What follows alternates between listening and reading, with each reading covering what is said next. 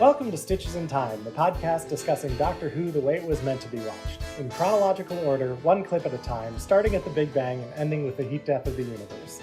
I'm Becca, the Matrix Archivist, and I spent the last 12 years of my life meticulously editing the entire televised Doctor Who universe into chronological order.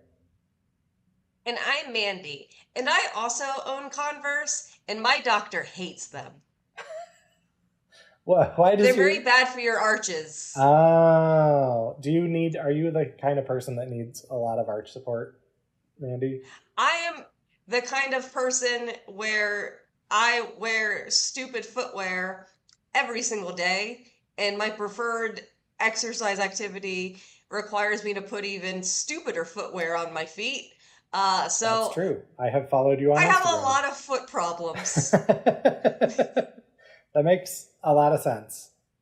And also joining us once again is our favorite webcomic maker, novelist, and video game streamer, Josh Kloss. Oh, you found me.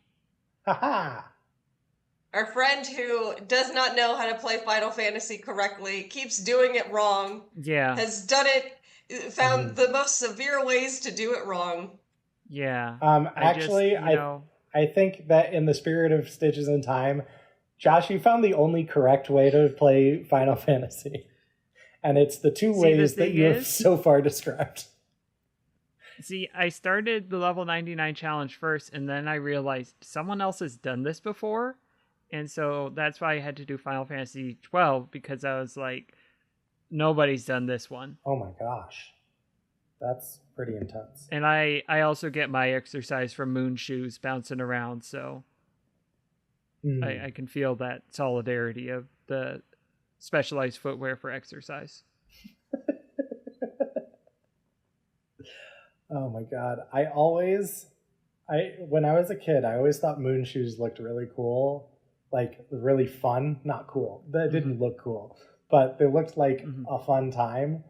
And then, like, looking back at those advertisements, I'd just be like, those don't sound like those don't look like that much fun at all. They look just slightly squishy. That's what it is. Yeah, I was always a very anxious child, so I was like, that seems like something I would hurt myself with. And so I did not play them. And that was my experience with most kids' fun toys things of like, I think I'll hurt myself. The first time I encountered a pogo stick in real life, I was like, oh, this is really hard, actually. This requires practice. I've never even attempted to pogo. I definitely would hurt myself. I tried being on a skateboard once. I was going to say I tried skateboarding once, but that is not an accurate description of what I was doing at the time. I tried standing on a skateboard once, and I was like, nope, not for me. I will stick to my Razor scooter. Thank you very much. Yeah, I've never gotten any further than a boot scoot on a skateboard. Mm-hmm. I did once luge down my street growing up was on a pretty steep hill, and I did luge down the hill on my friend's skateboard once and scraped myself up pretty bad, but it was fun. Oh, I had that. I went down, a friend of mine lived on a hill, and so her driveway was a steep hill, and I went down on a big wheel. Oh. And just banged my knee against the front of it, and it just like I had an entire like my shin just basically split open. Oh, I'm so sorry. And I think that was the last time that I did anything. Yeah, dangerous. I was gonna say. I was like, no more of this. It wasn't even like I didn't need stitches. It was purely a flesh wound. Not bad at all. But I was like, no, I'm fine. I got my fill of danger. I will not be doing any more. No, thank you. And see, if I had known that part when you were saying you avoided the things that might cause injury, I would have been like, okay, yeah, that makes total sense. I mean, I've seen your pole dancing videos that you make, Mandy, and I know that if I attempted anything that you do in those, I would injure myself pretty severely. Yeah, but you'll also note that I am never that high off of the ground. Most people I know go a lot further, and I've been in shows and stuff where they're like, "Oh, just climb further up," and they're like, "I can't do that," and you're like, "No, just do another climb. It's fine." I'm like, no, no, I can't do that. I'm not going any further up than this. I will be down on the floor, please. So obviously, all of this preamble is very relevant to our episode. Of course, we're talking about Time Crash today, the exciting conclusion of Time Crash. We did see the beginning of this several, like a while ago, and now David Tennant and Peter Davison are reuniting to continue unhooking their TARDISes from each other. Brilliant. Far too brilliant. I've never met anyone else who could fly the TARDIS like that. Sorry, mate, still haven't. Yeah, and it's nice to kind of that Peter Davidson went back, because obviously the last time that he met up, it was him failing to save Adric from Josh, there's a character named Adric who is a math boy. It's a boy that loves doing math problems. And he didn't fail at doing the math problem, but he was so caught up in doing a math problem that he crashed into the dinosaurs. Mm-hmm. As one does. In the Doctor Who universe, the reason why the dinosaurs died is because a math boy killed them. And the math boy was with the Doctor, but the Doctor, according at least to the Stitches in Time recap of events, the Doctor failed to save Adric the math boy because his TARDIS was stuck with David Tennant's TARDIS. Mm-hmm. So he was preoccupied at the time trying to unhook things. But since then, Adric has undied and now is just hanging out, and they did the whole Castrovolva. So I think that this is Peter Davidson coming back and be like, no, actually it was okay. He undied and now in the timeline is alive. So don't be mad at me anymore. Is that why Peter Davison left the first part of Time Crash to be like, oh shoot, that boy. Ugh. I should see if I can do something about that, but obviously he couldn't. It was too late. He didn't, because they already had their kind of chat, and they were like, there's nothing that we can do about Adric. But apparently, and there wasn't. Adric just had to undie on his own, which apparently is a thing that he can do. Right. When you're a math boy, yeah, you can do that. Mm-hmm. Yeah. Yeah. He brought himself back to life with math. That's what his special math plaque is for. Mm-hmm. Yeah. Once you do 10,000 equations, you get one up. But each of those equations has to take you an hour to do, because that 10,000 hours is how much. Anyway, yeah. So this is, of course, another random number. Most of the upcoming episodes are going to continue to be random number generator episodes. This is 7620 BC, obviously.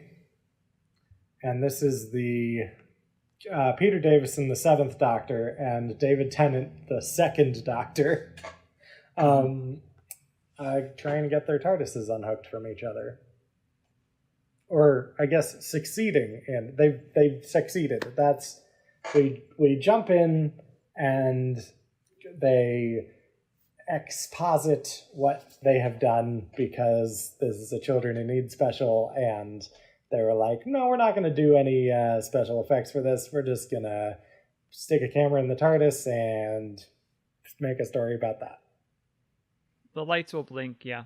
Mm-hmm. It's how did you know to do that? And it's because of the weird premise of this show, you will have learned how to do it from me doing it. Right. That we are now undoing with Stitches in Time. Yeah, which we've done, which we've seen before with the space and time, with the the Amy's making out with each other and but hitting on each other and remembering what they said and stuff like that. So I think this is just confirmation that free choice is an illusion. Everything is predestined, and nothing you do really matters or changes anything in the long run. And that's the message we're really trying to get across to Stitches in Time. I don't understand why the Doctor does anything anymore, because if I have had two experiences of a future like me doing something because a future version of me just knows the answer, I was like, well, I don't gotta worry about it because apparently I'll do it later. And as someone who's incredibly lazy and procrastinates everything, I don't need that in my head. I'm always telling myself, oh, I'm just going to do it later. Right. Yeah. This is a problem. I'm the first Becca. This is like a third Becca problem. Whenever she gets around, she'll take care of it. I was thinking about that sort of thing after watching this in preparation. And I was thinking that maybe from the Time Lord perspective, the idea of, oh, why not just go back and fix something in time if you can do that, from their perspective might be like, well, why don't you just, drive between the cars? There's just enough room for you to get through them, so why not just cut through there? And it's because if you do it wrong, bad things will happen. And so I think that there is some of the hand waving is, if you mess up the timeline the wrong way, everything unravels. Yeah. Josh, I'm going to reiterate, they killed a boy. Bad things been happening regardless. What if it killed two boy? Josh, excellent point. There got you there, Mandy. That's... In fairness, I think some of those dinosaurs had to be boys. Yeah. Yeah. That's true. Yeah, but if not... Even like, oh, Jurassic Park, we made them all girls. Oh, no. Dinosaurs know how to be trans. I watched Jurassic Park correctly. Yeah. It's true. Life does find a way. Michael Crichton is a trans ally. He wrote that as a bad thing, so maybe not. Like, that is that's why the bad things happen. Yeah. Complexly written trans character. Amazing. If you write, if trans people are allowed to exist, they will eat everyone. Which we will. It's just true. Speaking of queer representation. Yeah. There's that line in this clip. Yeah. Where David Tennant says... The master. Oh, he just showed up again. Same as ever. Oh, no. Really? Does he still have that rubbish beard? No beard this time. Well, a wife. Which I feel like maybe is just like, oh, this is confirmation that the master is gay. Or maybe it's not. Because this is a Russell T Davies era thing. So a very like queer positive era of the show. But it might have just been the Doctor not knowing what a beard is and getting confused because of the confluence of doctors throwing off the mental faculties. I just think, if anything, this is confirmation that David Tennant is maybe being a jealous little whore. Well, yeah. Ooh, yeah. Because, like, it's not him saying, oh, like, it is not confirmed that the wife is a beard, but it is confirmed that David Tennant is being catty and saying it's a beard. And it's, why does that matter to you, David? To be clear, David Tennant saying this. Yeah. Not the Doctor. David Tennant. Not scripted. The person. Yeah. Yeah, this is just... I think the script for this was just interior, the TARDIS control room. David Tennant and Peter Davison discuss whatever they want whatever political opinions they want to have. This bit entirely is just giving David Tennant a chance to fangirl. Yeah. And this is before this is his father-in-law, correct? Correct. So this is just him regular getting to fangirl before he gets to Pokemon collect the doctors in his family. Right. Which also, like, David Tennant seems like a lovely human being, but you gotta wonder, like, I feel like it's pretty awkward to be like, I'm a huge fan of this person. I'm very vocal about this person that I'm a fan of. I'm gonna date his daughter. Yeah. Is that because, I mean, look, they seem to love each other very much. They got married, they had babies, whatever. But did this start as, like, David Tennant being a creepy stalker? And this is even getting before the fact that they met because she was playing his daughter. Right. Like, they made that relationship has kind of been as unproblematic as it possibly could, given the circumstances. Yeah. And I am not being as well versed in especially the people surrounding Doctor Who, but I generally hear good things about Mr. Tennant, and you have to be very diligent, I think, with keeping up your appearances to even avoid murmurs of what's going on there. And there are people who will raise scuttlebutt for the sake of raising scuttlebutt, but I have not heard anything substantive about that, and good on him. Yeah. Yeah. I do appreciate, because so much of this episode, or it's not technically an episode, this little special is just kind of giving David Tennant the opportunity to fangirl and having the whole like, oh, I wear these shoes because you wore shoes, and I have glasses because you have glasses, which is very sweet in the context of one actor who is like now getting to play this character that means a lot to him, getting to say that to the actor that instilled that love is hilarious in terms of somebody talk like this is the equivalent of if I met myself, like my 17-year-old self, and be like, wow, we really peaked then.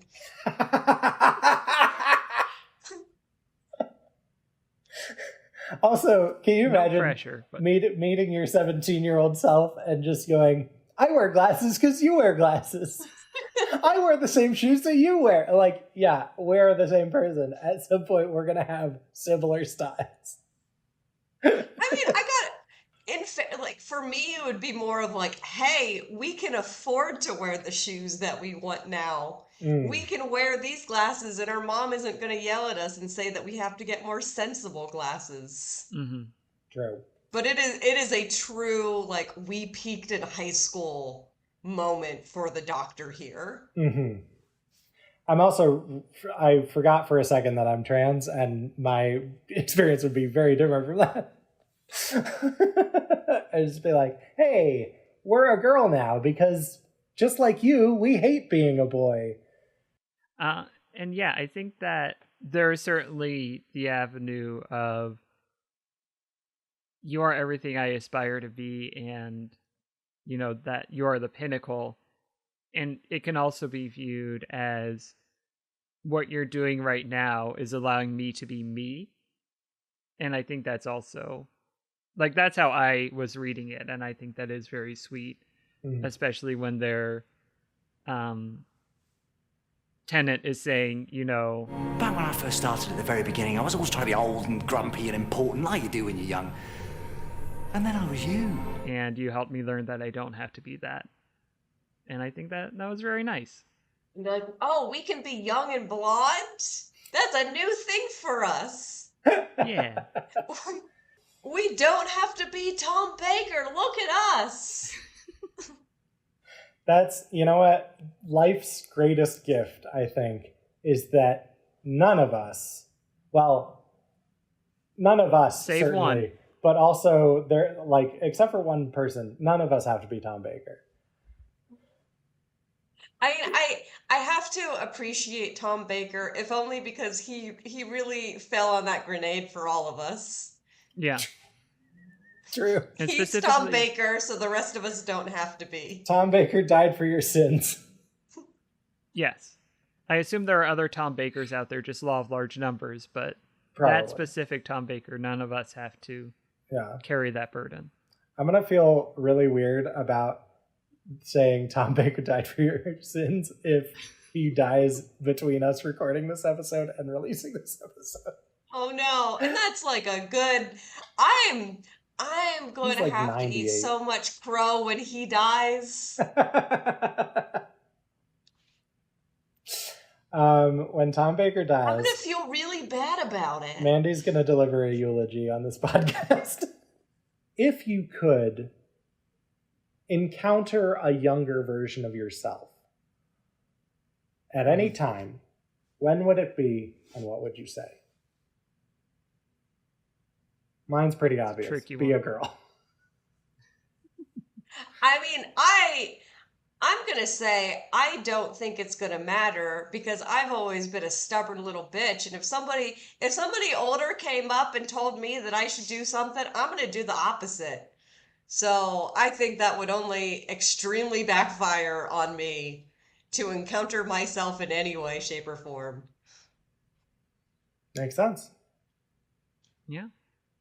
I think for me, it would be about junior year of college. And among other things, one of the things would be, you don't really need grad school. It's not going to be your best avenue. I think that would have saved me quite a bit of, struggle. And I think I would have appreciated that. Fair. And also, I could have let me know about all the cool new video games that are coming out, which I think I would have been very interested in. Yeah, but then, I wonder about that because I didn't go to grad school, but I definitely had, school things. My life is not what I thought it would be. I did not think that I would be on a Doctor Who podcast at this point in my life. Sure. And yet here we are. But there's so many things of that ended up not working out. And I'm sorry, Mandy. I'm sorry, okay? I'm sorry that I dragged you. We'll get you on a Stargate podcast soon. My version is going to myself February of 2024 and going, hey, I know Becca's going to talk to you on a podcast and you're going to say that it's a bad idea. But you, of course, will stubbornly say, no, it's a good idea. Shut up. Exactly. And I would just be more confident and assured in myself at this moment. But yeah, I wonder because a lot of the things that even if it didn't work out, if I hadn't gone to school for what I did, I wouldn't be in California right now. And a lot of the things that when I get asked why I went to school, I had big reasons, but ultimately the reasons were get the hell out of Florida, and I succeeded in that. Always a worthy endeavor. Yeah, whatever it takes to get out of Florida. Dude, and this is kind of the flaw inherent in that question. That if I really think about it, all of the horrible mistakes I've made in my life still brought me here, and I'm still doing pretty well. I'm I like the person I am right now. I like where I am in my life, professionally, personally. My love life could use some work, but we'll get there. If I can figure out how to ask another human being out on a date, that'd be great.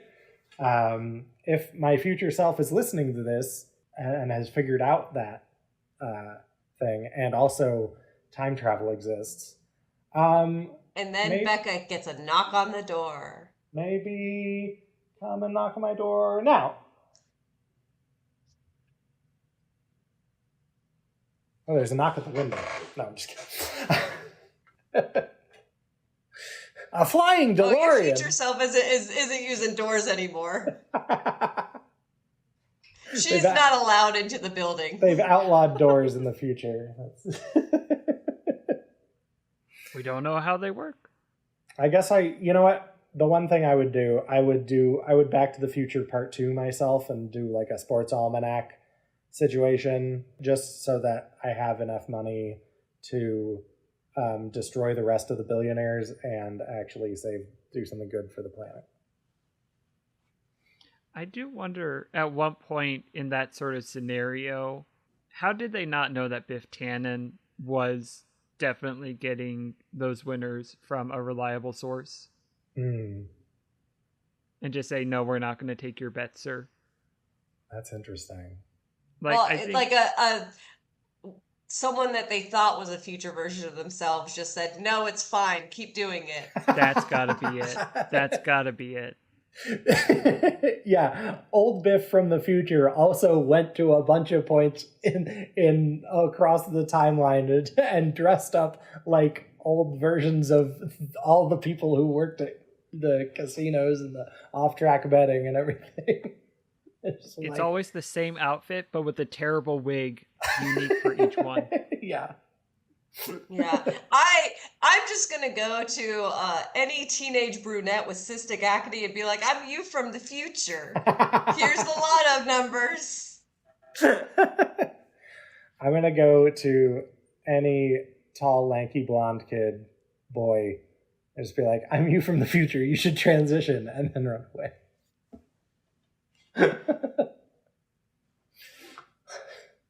I mean, let's be honest. I do that now to all of my cis friends. I'm just like, have you considered, though, transitioning? Because in my experience, it's the best decision I ever made. So, therefore, it is the best decision a person can make for themselves. What is best for one person is best for everyone across all time. Yep. That's why there's only one religion in the world. Mm-hmm. Only one form of government. Yeah, mm-hmm. yeah. Mm-hmm. And we're all wearing Converse. Yeah. The best shoe. Exactly. Except for when I need to do my moon shoes exercises. Hey, Mandy, can you please someday do a strip routine with wearing moon shoes? I just think I will have to check because I feel like someone has to have done this already. Listeners, if you can find somebody who has done a strip routine wearing moon shoes, if someone can send some moon shoes to this podcast. Yes, send moon shoes to our mailing address, which is P.O. Box 0, Honolulu, Rhode Island. Just the zip code is open your phone to the podcast and like put it up, and then just like shove the shoe into your phone. And it's gonna seem like you're breaking your phone, but you just really got to get it in there, like right where the port is. Just like open it up. And you can fit the moon shoes in there, and we'll get them. Yeah, we totally will. And look, if any legal representative is listening to this podcast, that was a joke. But only if you're a lawyer. That's the only way in which it's a joke. If you're just a regular person who wants to send us moon shoes, do it. If there's any legal representative listening to this podcast, get back to work. What are you doing? You have better things to be doing right now. You should be on your moon shoes. Come on. They are on Amazon. They are not very expensive.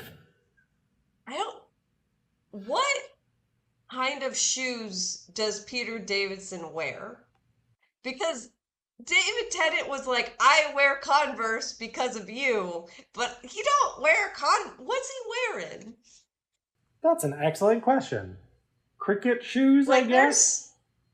There's so much about his outfit that I have never had any reason to look at his shoes. And none of the photos show him with shoes. Yeah. I think they are just, as I believe David Tennant says, trainers. The voice thing, I got that from you. Oh, and the trainers.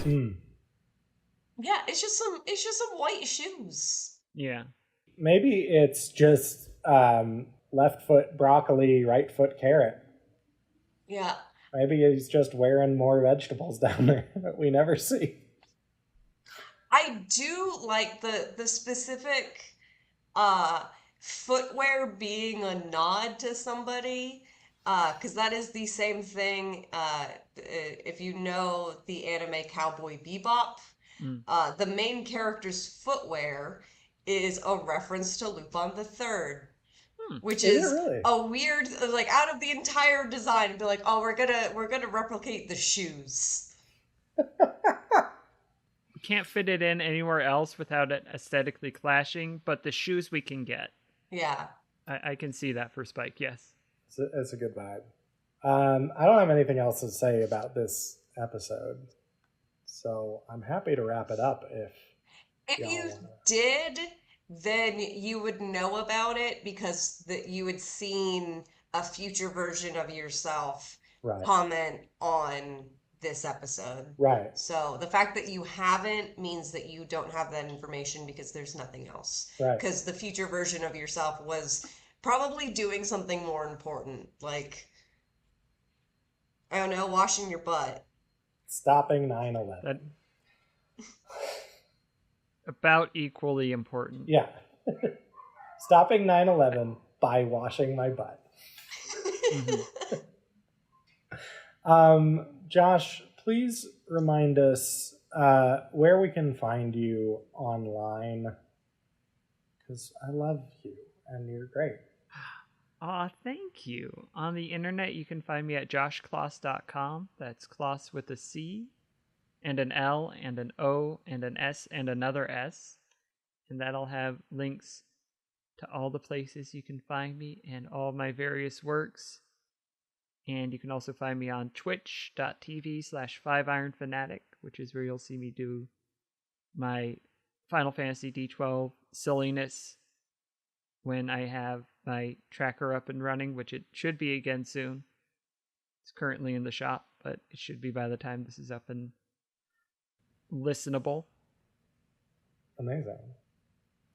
Can you also remind us what your comic is that you're working on right now? Oh yeah, my comic, it's called The Devil That Knows You, and my elevator pitch is dungeon crawl where everything goes wrong in the best possible way. And it's got cute trans people in it.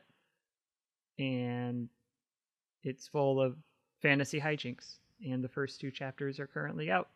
Oh my gosh. For free. I love dungeon crawlers. I love cute trans people. I love hijinks. There's no way to lose. It's impossible. That's amazing. Josh, I also wanted to ask, what's the 3rd most ambitious Final Fantasy adjacent project you've undertaken to date? I gotta think about this one. I mean, trying to beat Final Fantasy 13 too. That game, there's a lot of good in it, but at certain points it is a convoluted mess. Fair. I am a 13 apologist. I am not a 13-2 apologist. Excellent.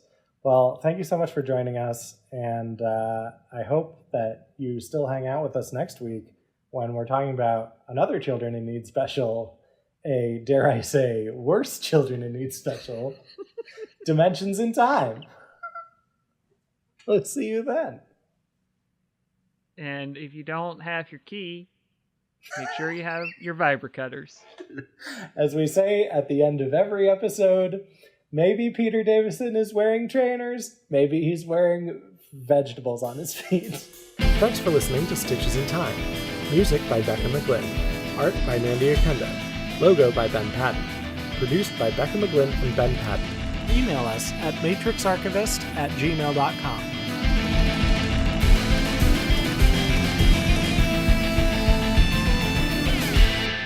I can imagine such a world. A beautiful world.